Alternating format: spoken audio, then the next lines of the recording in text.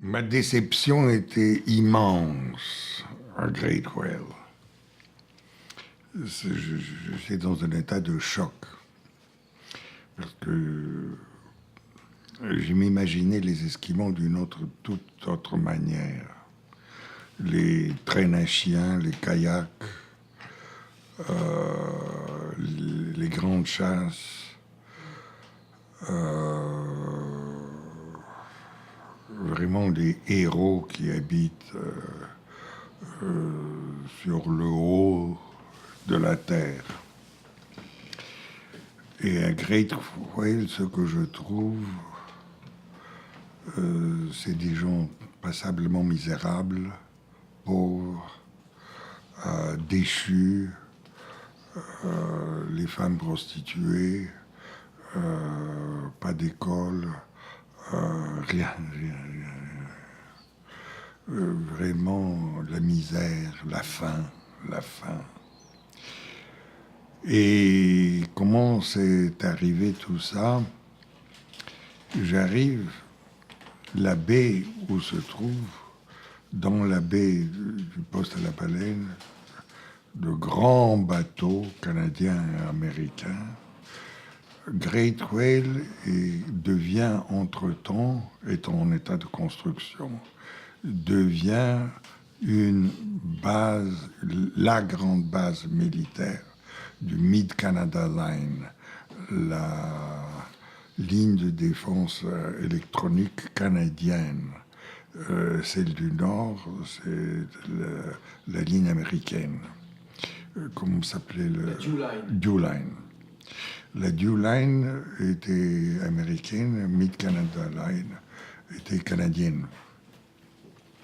Donc des centaines de matelots ouvriers en décharge du matériel pour la construction d'une ville pratiquement. Là, les Esquimaux sont perdus. Ils ont arrêté toute chasse et toute pêche il y a longtemps. Et d'ailleurs, avec la pollution de l'eau de mer, les saletés qui se déversent et l'huile qui se déverse dans l'eau, il n'y a plus de phoques, plus du tout. Et je découvre un peuple misérable qui a peu de choses à voir avec un passé grandiose que j'espérais rencontrer. Alors, que faire? Je dis, on ne va pas abandonner, on va quand même faire ce qu'on est venu là. Pour ça, on a dressé notre tente avec Bob Williamson. On a dressé notre tente comme à la manière esquimaude. Lui parlait bien l'esquimau. Il avait appris en travaillant avec la compagnie. Et voilà, il n'y avait rien d'autre. Très décevant. Très, très décevant.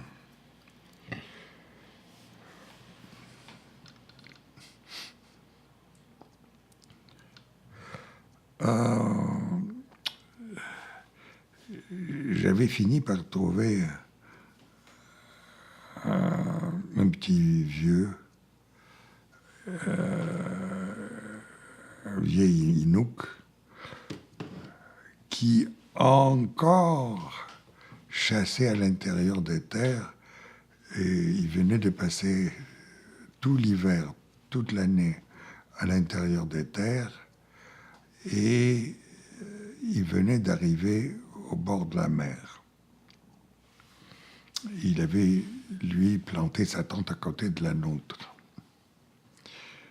Immédiatement, je me suis intéressé à ce personnage avec un certain espoir de découvrir des Inland Eskimos, comme ceux de Chesterfield Inlet Baker Lake, là, et ceux du nord de l'Alaska, comment on les appelle, Nunamiut.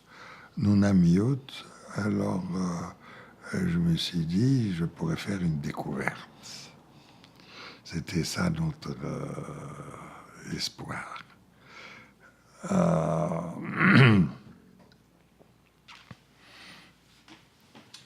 Alors, je lui posais toutes sortes de questions sur ses chasses.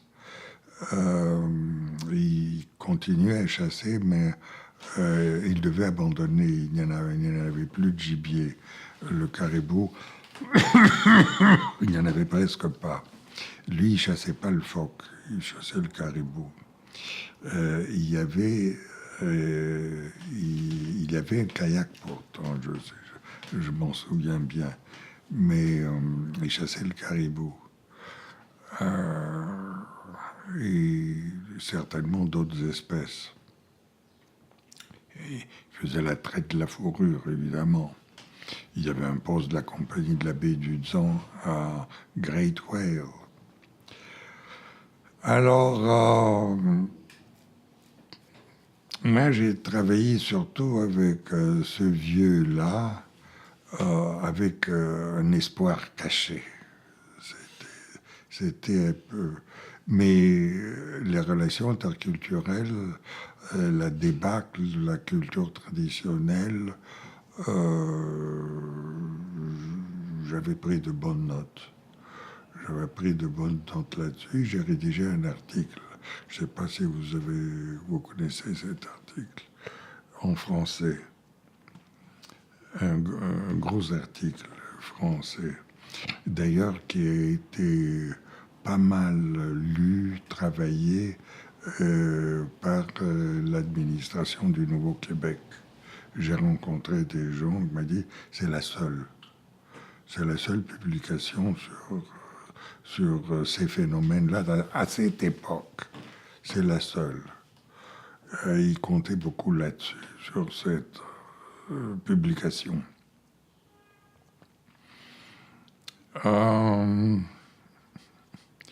Donc, ça, c'est la première expédition.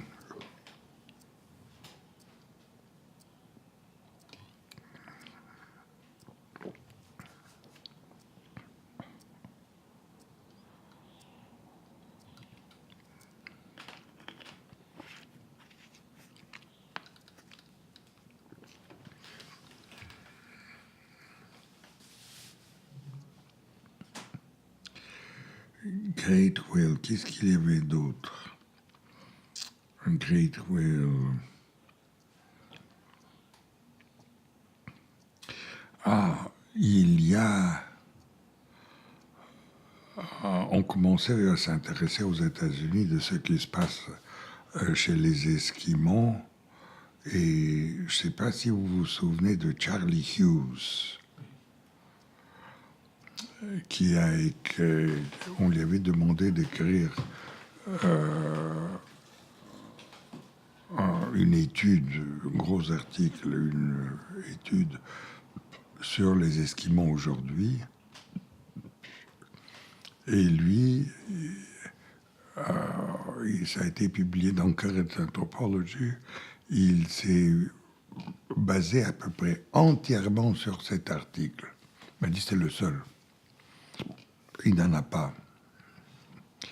Alors, tout d'un coup, je reçois un grand auditoire que je n'ai pas sollicité, il est venu tout seul.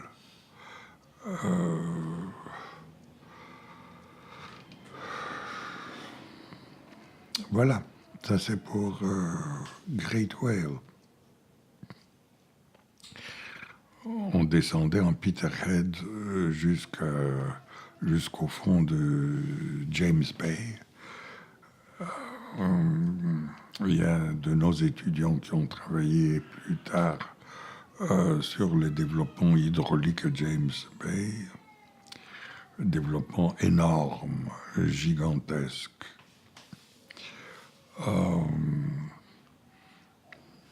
Mais pas moi.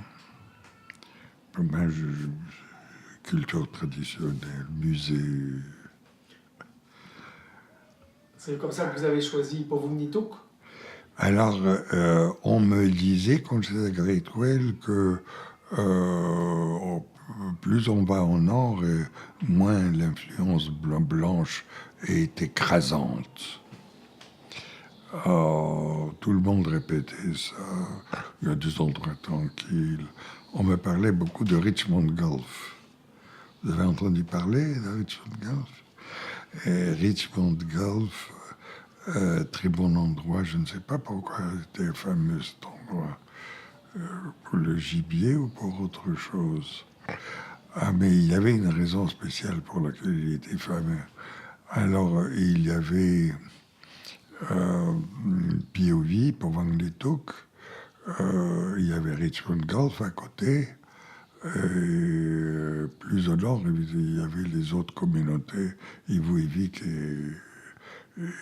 et toutes les autres communautés. Et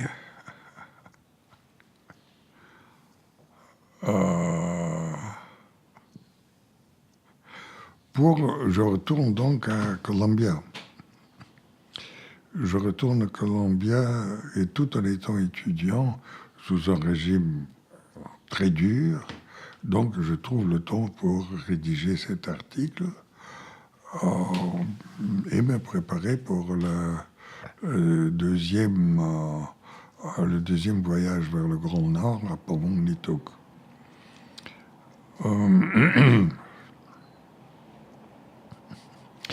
À Povong-Nituk, il y avait de la nourriture, il y avait du phoque, il y avait du poisson. Il n'y avait plus de caribou, il y avait un peu de caribou de reste. Là, je fais la connaissance du père Steinman, très intelligent et qui connaît la situation et qui vraiment, lui aussi, m'a beaucoup influencé. J'étais dans une situation où je recevais.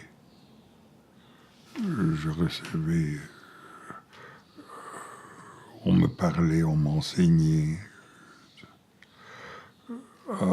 Là, à Povong-Nituk, il y avait du soleil. Je me souviens, sous la tente, se réveiller le matin. Et il y avait des kayaks. Il n'y avait pas de pitared. C'était la saison de la chasse des canards. On allait chasser le canard, chasser le phoque. On attendait l'arrivée de quelques caribous qui ne venaient pas. Mais on était heureux. On était heureux. Comme interprète, il y avait un garçon sur place qui parlait un peu l'anglais. Alors je me suis débrouillé avec. Et puis j'ai continué à prendre des leçons d'anglais, cette fois-ci avec le père Steinman. Savez-vous s'il est vivant? Non, il est décédé. Il est décédé. La grande barbe. Ah? La grande barbe. La grande barbe, on l'appelait comme ça. Ah, bon Dieu, je ne savais pas. Il se rasait à l'époque. Il était bien rasé. Alors, c'était juste l'été précédent qu'était arrivé à POV le fameux créateur de la sculpture esquimaude qui s'appelait John Huston. Houston, qui s'appelait John Huston, qui s'appelait John Huston. Moi, je ne l'avais jamais rencontré. Il était venu à POV, il était resté quelque temps, enseigner la sculpture aux Esquimaux. Il a fini sa job, il est parti. Moi, je n'ai jamais pu. N'empêche que, en l'espace d'un été, il a réussi à transformer POV d'une communauté de trappeurs en une communauté de sculpteurs. Très vite. très vite. Parce que les gens de Piovie étaient avant tout des trappeurs. Moi, en ethnographie nordique, je travaillais surtout sur la carte canadienne. Vous connaissez la carte topographique. Elle a été faite à partir d'observations sur terre, mais par observations photographies aériennes, qui ont été après ça dessinées sur carte. Je travaillais surtout, j'ai appris à travailler avec les cartes canadiennes, militaires. C'était des cartes que les militaires avaient commandées. Et j'ai trouvé cette approche très fructueuse.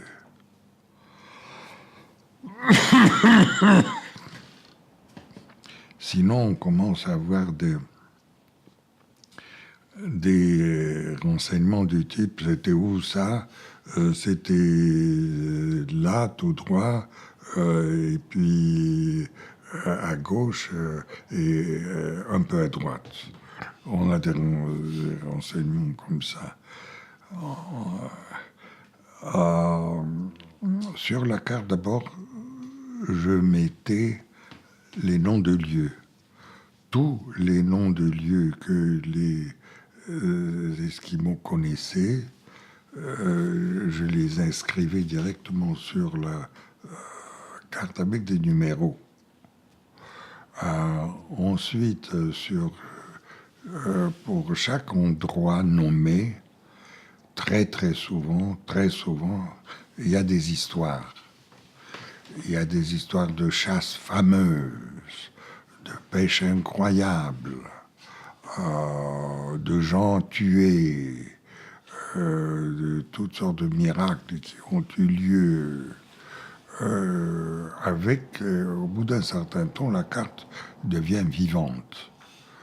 La carte devient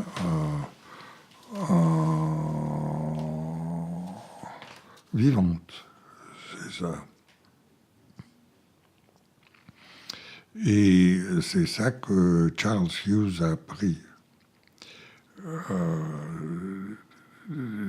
dans le temps. Après le nom de lieu, je ramassais les histoires avec un numéro sur la carte qui correspond au numéro de la fiche explicative.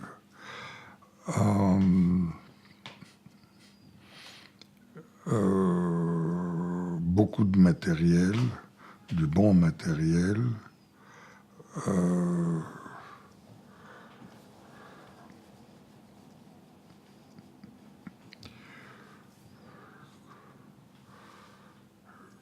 Il y a quelque chose qui s'est passé là aussi.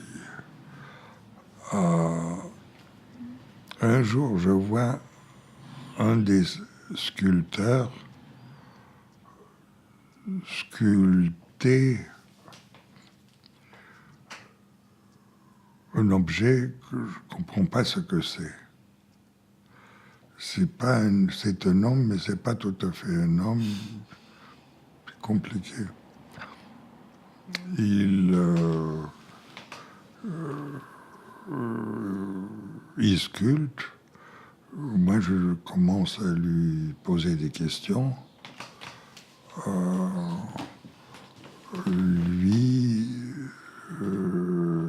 il me répond en sculptant. C'est-à-dire, il fait une deuxième sculpture explicative de la première, si je peux m'exprimer ainsi. Moi, de nouveau, je refuse de comprendre la deuxième sculpture. Et je l'invite de faire une troisième sculpture où l'histoire sera explicite. Ce qui se passait, c'est que les fameuses histoires esquimaux de les contes que Bernard Saladin avait ramassés plus tard, ils étaient sur sculpture. Il les plaçait, cet homme-là, Johnny, je crois qu'il s'appelait, il les plaçait sur sculpture. Il sculptait le folklore, la mythologie. Et moi, systématiquement, je refusais de comprendre pour qu'il fasse la deuxième édition. Comme ça, j'avais le mythe entièrement représenté dans son développement par des sculptures.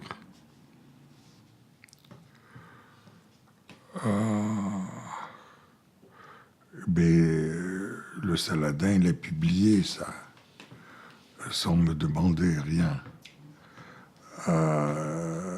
Et les sculptures, évidemment, moi, je les faisais pour le Musée national, des propriétés du musée, avec les notes explicatives.